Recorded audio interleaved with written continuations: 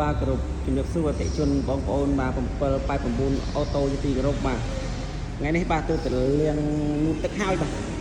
ថយន្តមួយគ្រឿងបាទហើយរថយន្តដែលខ្ញុំកំពុងតែបង្ហាញទុកឲ្យបងប្អូនណាបាទគឺភាពរថយន្ត HS Luxy HS 250H បាទឆ្នាំផលិត2010បាទ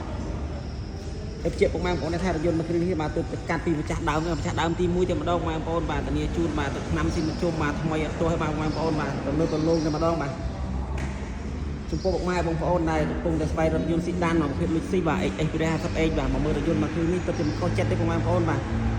ថ្មីអត់មានកន្លែងទោះហើយបាទ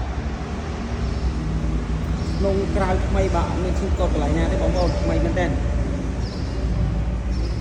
បងប្អូនចាប់អារម្មណ៍មកមុនបានមុនបាទមានជូនបាទអត់មានឡៃទោះហើយបាទបាក់លេខពោះបាទ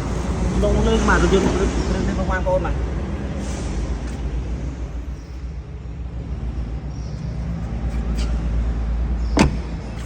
ថ្មីមែនតើបងប្អូនបាទអត់ចាញ់ឡានខ្លាញ់គោបាទហើយភ្ជាប់បងប្អូនថារថយន្តមួយគ្រឿងនេះជាប្រភេទបាទ full option បាទអត់មានឡាញទោះទេពុកម៉ែបងប្អូនអើយថ្មីមែនតើពុកម៉ែបងប្អូនអាចទិញជាលុយសុទ្ធក៏បានបងក៏បានឬក៏ពុកម៉ែបងប្អូនមានរថយន្តវាយដូរជាមួយរថយន្តពុកម៉ែបងប្អូនក៏បានដែរបាទចាប់អារម្មណ៍យឺតមកពុកម៉ែបងប្អូនបាទមកមុនបានមុនបាទថ្មីអត់ទោះទេជួយបណ្ដោះឃ្លៀងបងប្អូនបាទទីតាំងឃ្លៀងបាទនៅជិតស្តុបជលុងលូបាទផ្លូវក្បាត់ក្រុងទី3បាទផ្លូវទៅពលានថ្មីបងប្អូនបាទសូមអរគុណ